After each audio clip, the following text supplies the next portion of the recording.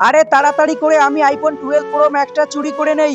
আরে কেউ কি আমার কমলাগুলো কিনবে? আরে ভাই তুমি বাইরে গিয়ে বিক্রি করো।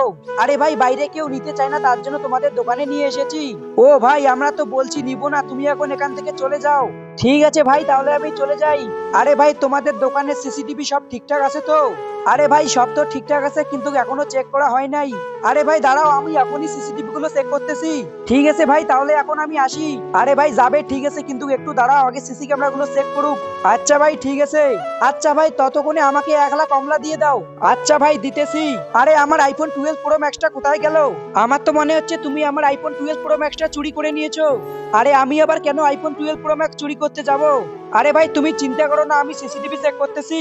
আরে কমলা বিক্রি করা লোকটি তো চুরি করেছে। আরে ভাই আমাকেও কিন্তু 50% দিতে হবে।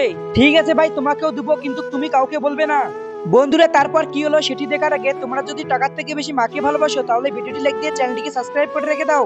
আর তারপর ছেলেটি আইফোনটি নিয়ে পালিয়ে যায়।